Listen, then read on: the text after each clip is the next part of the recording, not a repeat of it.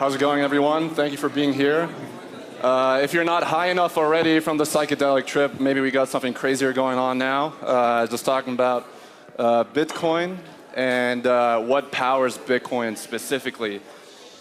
And before I'm going to delve into what we're going to talk about, I would first like to take an opportunity to introduce my panelists and then myself as well. So to my right sits Elizabeth, and I apologize, I have to read this off. I can only memorize so many things. Elizabeth is CEO and co-founder of Lightning Labs, where she is building a programmable financial layer for the internet with fast, scalable Bitcoin transactions. She is also a fellow at the Coin Center, the leading digital currency policy initiative, and an advisor to numerous cryptocurrency startups. Previously, Elizabeth taught at Yale University and Stanford University about the internet's impact on society, the economy, and law. She has worked previously at Stanford StartX, as well as the Yale's Information Society project. Elizabeth holds a JD from Harvard Law School. Next to Elizabeth sits John Pfeffer. John is founder of Pfeffer Capital, a family office that aims to start and build one sizable operating business every year. John is author of the widely read paper called An Institutional Investor's Take on Crypto Assets. I certainly enjoyed it. It was particularly illuminating. I really encourage you to look it up. Additionally, previously he was a partner at KKR and before that at McKinsey. Next to John sits Chase. Chase Lochmiller is the co-founder and CEO of Crusoe Energy Systems, a technology-enabled oil field, and it's a long sentence, by the way, so I do have to read it off. A technology-enabled oil field services company that provides solutions to the practice of natural gas flaring. So the crucial point here is that actually natural gas flaring, so when you fly over like Texas or Oklahoma or anything like that, you see little flames coming out of the ground. That's a byproduct of the oil and gas industry, and you basically burn up the natural gas. And so the problem is that's 145 million cubic meters every year, which is as much as the annual power consumption of the entire continent of Africa. So that's an insane amount of number. Previously, Chase was a venture partner at Polychain Capital. He served as the head of algorithmic trading at Getco and previously was a quantitative researcher at Jump Capital.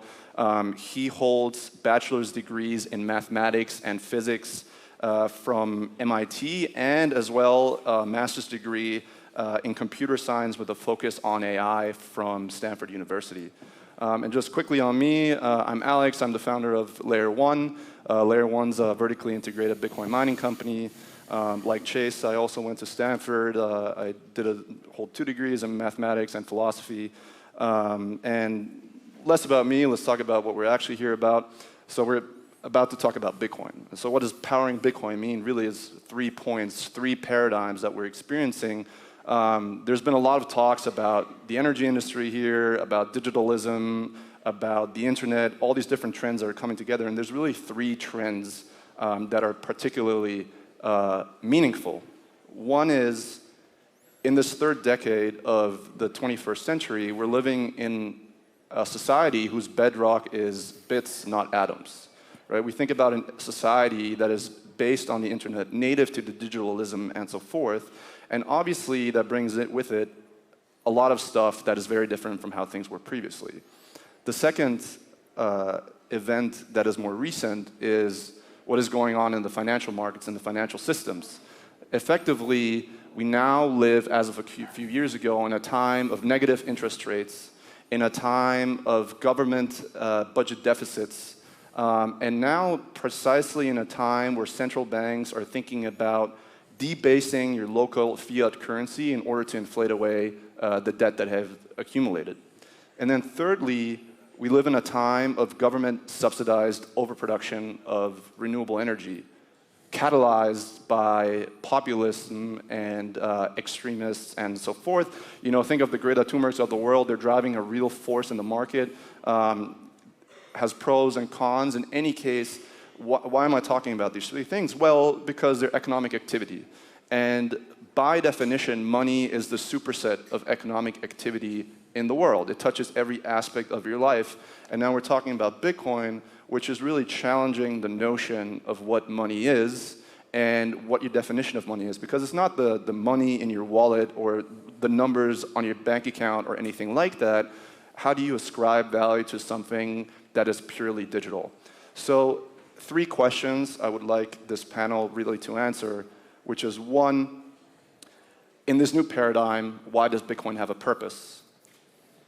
Secondly, in comparison to the entire available investable universe, why should I allocate some of my wealth to Bitcoin? What is all that about? Why does that make sense? And then thirdly, as you might or may not be familiar with, Bitcoin consumes a lot of electricity. And actually, what is very underappreciated still is that this is actually a positive force, and it's lowering development costs for future electricity production, especially in the renewable sector. So with that, I would like to direct my first question towards Elizabeth, who is working on protocol development, on the bare bone structure of what Bitcoin is and what it means and how it gets used. And in this internet native 21st century society, what is Bitcoin's not even value, but right to existence? Well, thanks, Alex. And by the way, we are in the 3rd decade of this century, which is kind of wild to think about that, right? So the concept of e-cash, or digital money, is actually really not a new one. And there were numerous proposals, Chaumian e-cash, BitGold, a variety of them, but each of them had kind of one element that didn't really enable it to succeed. There were, say, central entities that had to be relied upon, or certain types of attacks. But actually, the creators of the World Wide Web in the early 90s envisioned that there would be a native payment layer of the internet. Do you know HTTP 404, not found, right? If you're on a website, you can't find the page. Well, there's actually an error code 402, payment not found, because the idea was, back in the 90s, there would just be a native way to be able to transact, to send and receive value on the internet.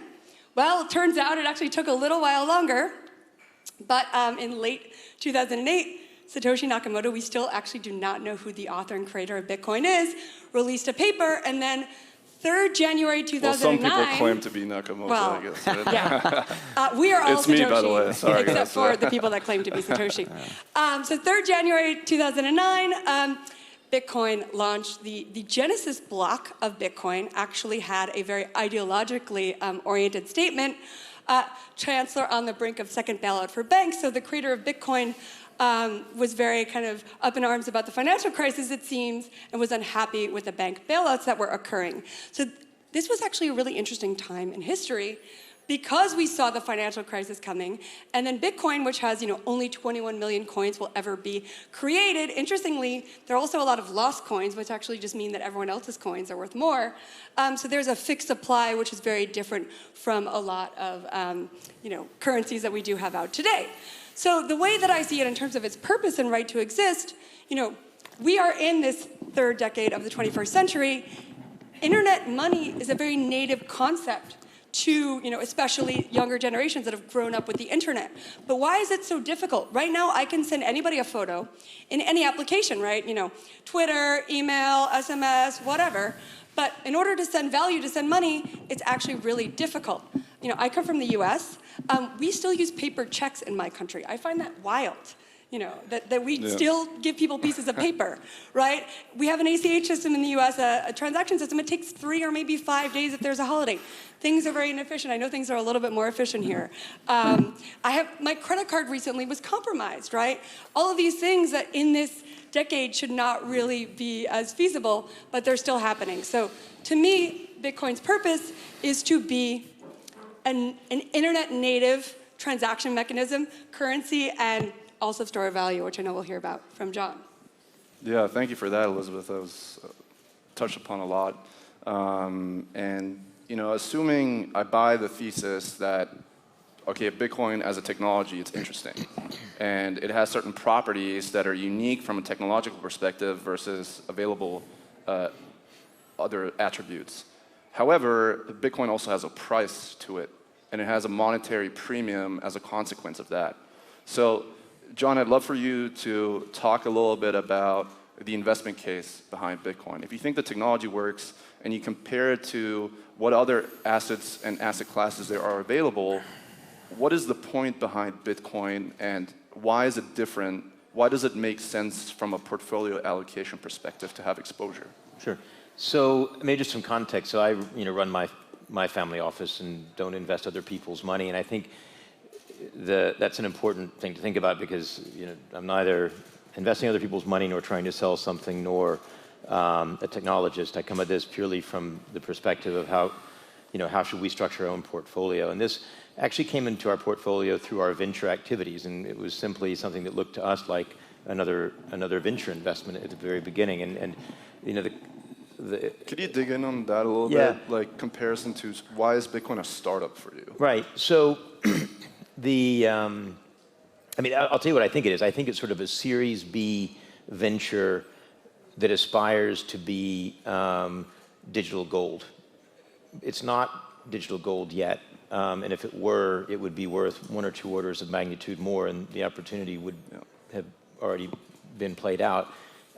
It's early stage, and it behaves like a listed early stage investment, which we don't get to compare. There aren't many Series B companies that are listed and traded 24/7 around the world. And so people get wrapped up in the volatility of the thing, but that's really what's happening is that we've got an just happens to be a 24/7 traded early stage investment, early stage venture trying to become digital gold. Now, why is it? I think that it's actually just fairly intuitive. I mean, in simple terms, look, we're a spacefaring civilization, and our non-sovereign monetary store of value is a yellow metal. At some point we will move on from that, and so I think first of all the question is when, not if, right? And then the question is, well, okay, but why this and when? Well, first of all, it was the first solution. So Elizabeth alluded to this.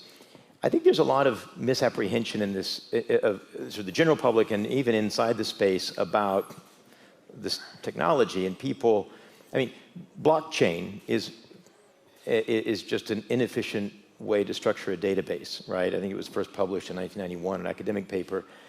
You wouldn't organize your database that way. It's hard to find a motivation to do that.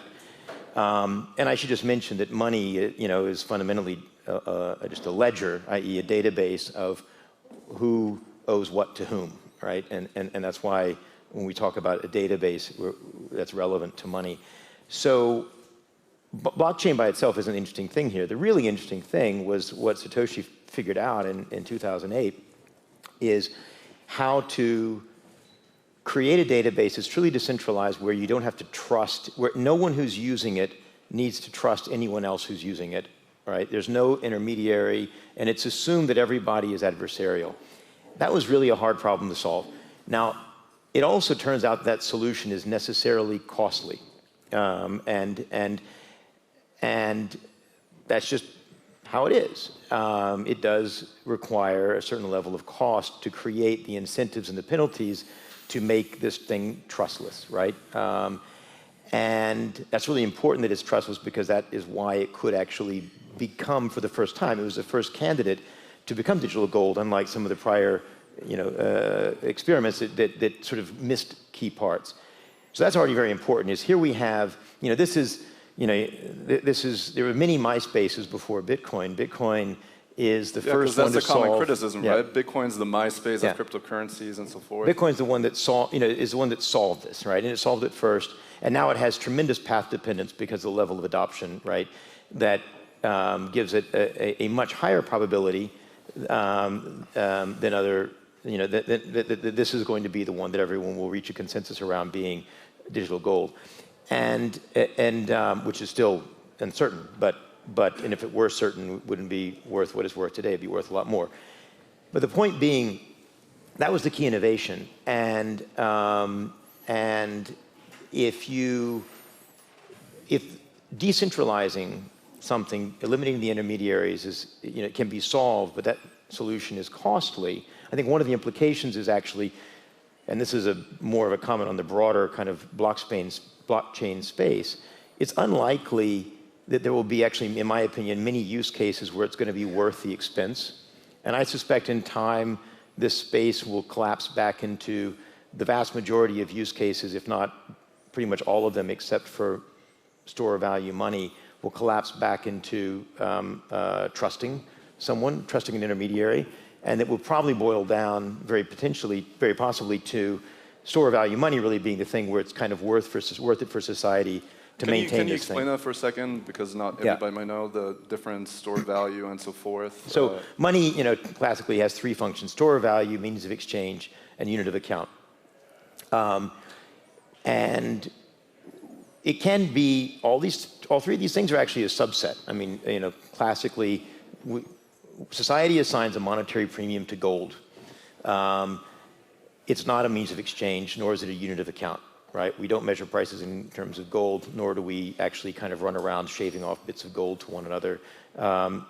It's a store of value. The euro is, to some extent, all three, right? But there are different possibilities. My own opinion is that Bitcoin at the protocol layer is, excels at, is fantastic at being a store of value, digital, non-sovereign, monetary store of value, and that actually happens to also be the most valuable use case. Why is that the case? Well, think about it this way. I'll try to explain it briefly, but I'm alluding here, if you want to look it up later, to Fisher's equation of exchange without trying to get into it in terms of thinking about how velocity affects the value of a money supply. But think of it in simple terms. One of the main, if tomorrow the Argentine government stopped printing more pesos, the propensity of Argentines to not hold on to pesos would still create hyperinflation in Argentina, versus the euro where people are willing to hold it. The fact that people are willing to hold on to it and store their value in it is the thing that supports its value in kind of intuitive terms. And that goes hand in hand with the store of value use case. So backing up from all of this, we as a family office, we invest in all kinds of risk assets. A friend of ours who's very famous in the space, a guy named Vincent Casares, explained to me in 15 minutes the concept. We made a venture bet. We did it early enough that it became a bigger part of our portfolio, but we made a venture bet. And I think today it's still a venture bet. But what's unique about Bitcoin within this whole space is that unlike pretty much everything else, I think, in the kind of the blockchain crypto space, if Bitcoin is successful, it will be valuable by definition, right? Whereas pretty much everything else in the space, and this would be the subject of a much longer discussion, if it's successful as a technology, in terms of user adoption, actually probably won't be valuable, right? Because people will use it as working capital. And the consequence of that will be that the native crypto asset probably won't hold value very well. Bitcoin is different in that respect. So to me, as an investor, as opposed to someone who's coming at it from an ideological point of view or a technological point of view, that is really interesting, right? And so it's worth allocating a small portion of the portfolio to it. And so the way I can think about it for most investors, and I think most investors mean, anyone who has some money to risk, is take an amount of money you're prepared to lose, but not so little that you'll look back in 10 years and say, well, frankly, I could have lost more than that. Probably low single-digit % of your portfolio. Buy some Bitcoin and put it away and forget about it for a few years. I have friends who definitely have a much higher percentage of their portfolio.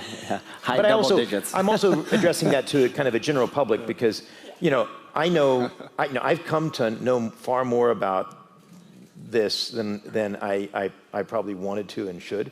And as a consequence, I actually feel comfortable with maybe a higher exposure. But I think I think just to simplify it and to kind of lower the barrier, look at it as, a friend comes to you with a business plan for, a genetics investment, a genetic startup, right? You're not going to first go get a PhD in genetics before you make an investment. What you're going to do is you're going to say, well, who all is investing in this thing? Fine. I don't really know, so I'm going to make a small investment, but I'm going to invest anyway.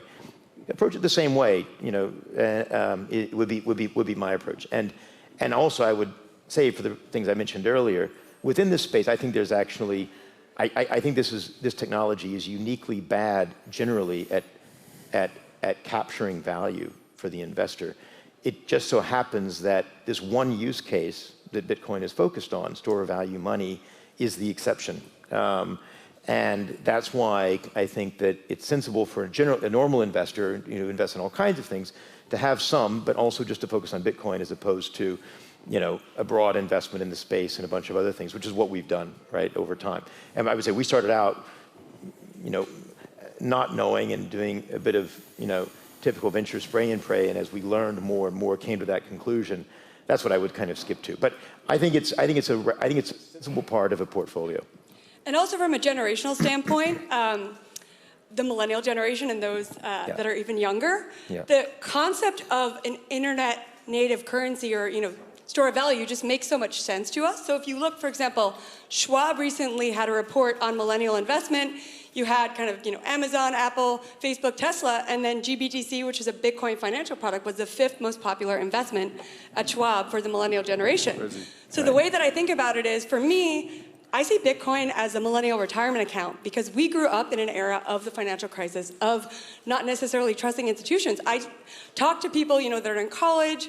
I was actually chatting with a family member of John's who was in college. He said all of his friends are buying Bitcoin. This is what this younger generation sees as a long-term investment. So before we jump to energy, which naturally I'm biased towards because that's also the business I dabble in, let's assume I buy the investment thesis. I own some Bitcoin. Elizabeth, you're literally working on what people will do with Bitcoin, not necessarily now, but in 10, 20, maybe even 100 years. So what will I be able to do with Bitcoin in future that is not already the case, and how are you working to solve that?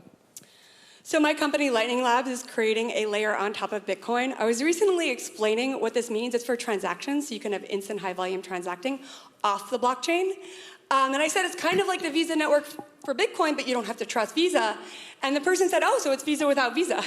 And I kind of like that. So we're building this technology that makes it really easy to send instant high-volume transactions anywhere around the world. So if you think about the concept of the internet, well, back in the day, you had AOL, CompuServe, Prodigy, you had these central entities, and then the World Wide Web and the internet kind of really overtook that. So the way that we see it, anybody can program on top of this, anybody can build on top of it. You don't need to ask for permission. AOL, if you wanted a keyword on that, on their system, you needed to ask AOL. Similarly, we're building the way for anybody to build applications on top of Bitcoin and have instant, high volume, very cheap transactions. So obviously these transactions get verified somehow. Let's talk about Bitcoin mining. Let's talk about what you work on, Chase. So a lot of people are comfortable with the idea of Bitcoin as like a type of money, less so with what actual mining is. Even if mining is type of a misnomer, perhaps, it's not literally like shovels in the ground. I hope that's not what you're thinking. So what is Bitcoin mining and what does it have to do with Bitcoin? Sure. So Bitcoin mining is the process of securing and validating transactions that are occurring on the Bitcoin network. And the goal is to achieve consensus of the state of the distributed ledger, which is sort of a fancy way of saying that everybody on the network agrees what the account balances are in all of the different addresses. And a block gets created, so a block is basically a batch of transactions, and a block gets and these blocks sort of occur approximately every 10 minutes, and each block basically is an update to the state of the previous block.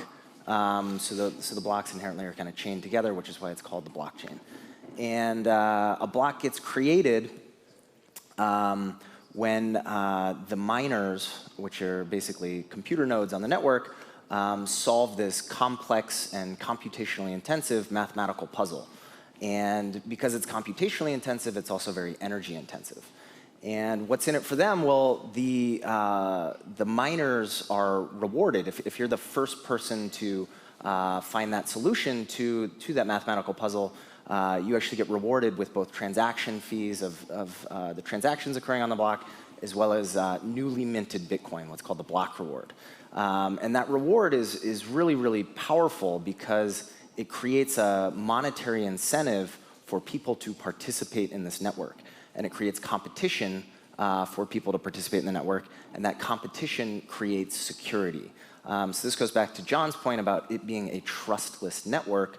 That's one of the most valuable components of it. You don't have to trust anybody on the network, and the beauty of it is that the miners are incentivized by, to act selfishly, and in doing so, they actually benefit the overall network because they create this trustless and permissionless network where you can have confidence in the value and of the transactions. Yeah, so the whole point of mining is effectively it costs more money to attack the system than the reward that you would get if you were successful in doing so.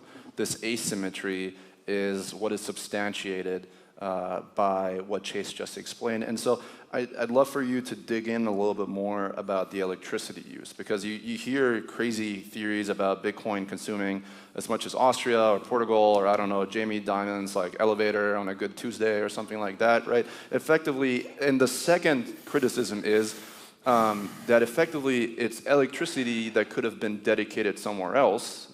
People think it's a better use to consume in watching soccer on a Saturday.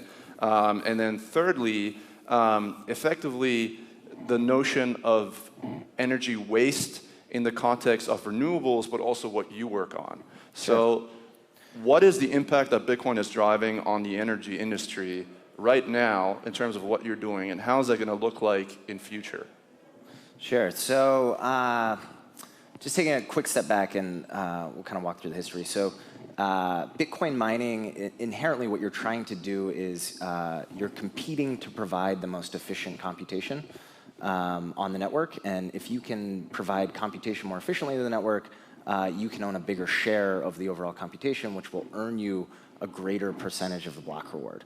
So you have like this very, very critical financial incentive, and people respond very well to economic incentives.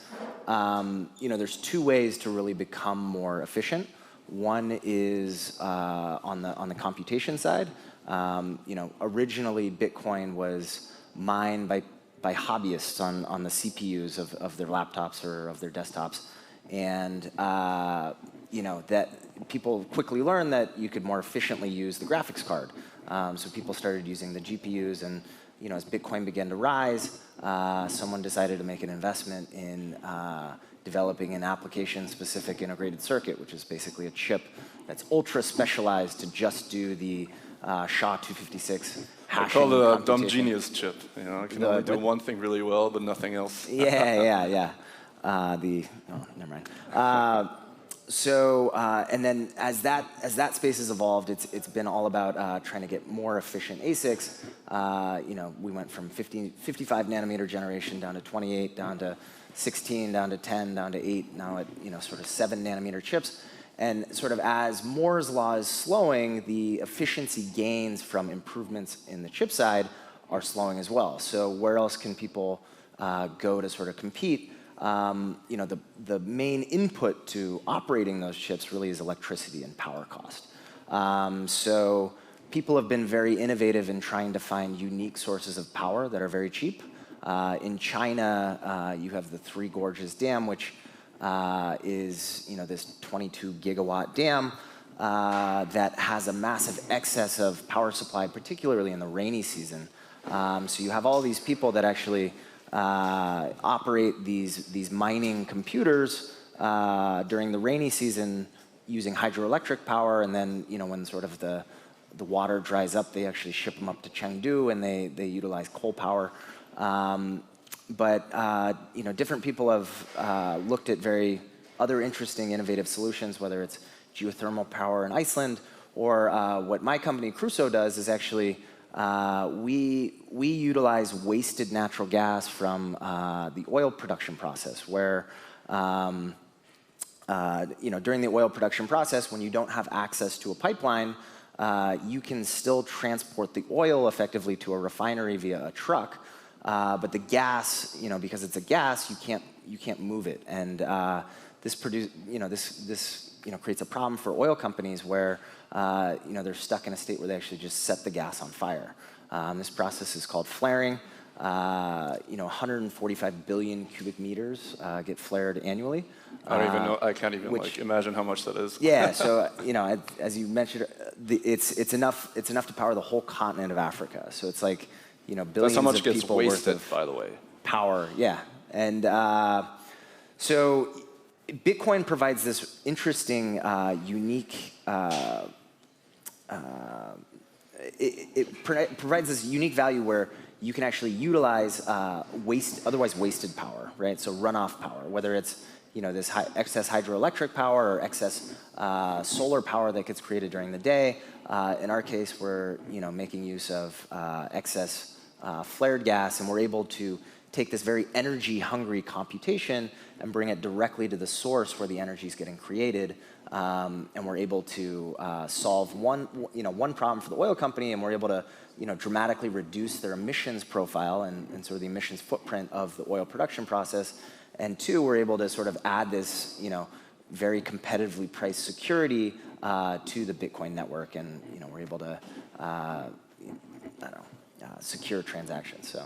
Yeah, fascinating. I mean, really what people miss about Bitcoin and its economic incentives is that you actually turn otherwise wasted energy into a useful high-performance computation that secures the network. So effectively, what is interesting, people talk about, there was a great talk by Mr. Rifkin, I forgot his first name, and others before, and effectively talking about electrovoltaic cars, about autonomous driving, and so forth, smart grids. So it's kind of funny, would it be apt, in your opinion, to describe Bitcoin's mining as kind of a local smart grid deployed wherever your energy source is? Because effectively, if there's too much energy production, you can consume that yourself for Bitcoin mining. And if there's too little, you can turn off your machines, of course, and dedicate that towards the rest of the market. Yeah, that's a great point. One of the beauties of the Bitcoin mining process is that it's an interruptible process. If you sort of stop mining or you shut off your machines, the network will continue operating because there's, it's fully decentralized and there's many other participants that will be financially incentivized to, continue to operate. But that's another great point about Bitcoin being a really great base load for power generation technology, and because it's interruptible, you can kind of during spikes you can kind of during load spikes you can kind of reduce your the distribution. Exactly. And Bitcoin itself is an exercise in incentives, as we've heard, in terms of the lock reward, in terms of miners securing it, in terms of finding the most efficient electricity, which I think is part of what makes it so interesting. It's combining cryptography, economic incentives, game theory, and all sorts of really interesting financial aspects as well. One other quick point, some people say, oh, why would you need Bitcoin? Because, say, we have the euro or the US dollar, but there's so many places, a list of countries around the world where people don't actually have access to that. For example, last month I was in Argentina, and John had mentioned this, they had 15% inflation that week alone, right? There was a woman in El Salvador who was actually using Lightning, our technology, a food vendor, and she would not have access to, say, a Square or credit cards, and people were actually able to buy the food using Lightning and Bitcoin. So there are many places around the world that are not, they're emerging markets, so developing countries, where this technology can really make a huge difference. Yeah, I mean, I'm biased, of course, but I totally agree. And just to round up this panel and circling back towards the initial impulse, which are these general macro trends that are shaping our world: digitalism, internet native society, a society built on bits, not atoms, central bank driven inflation, renewable energy.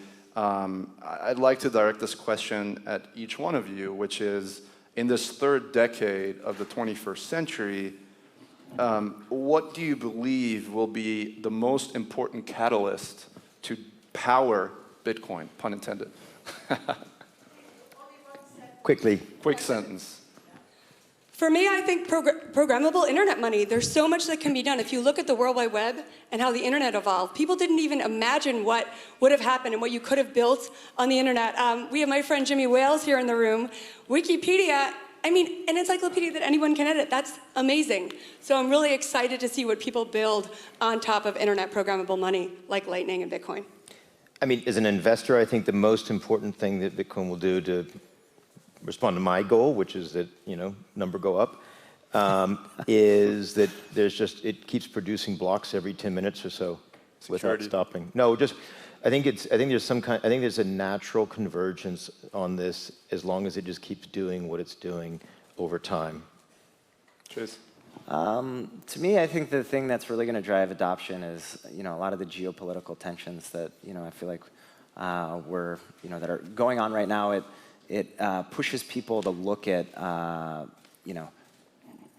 other forms of currency beyond, those that are sponsored by a state. And I'll quickly tell you mine. 2 words, Greta Thunberg, and I won't explain why. You can ask me later.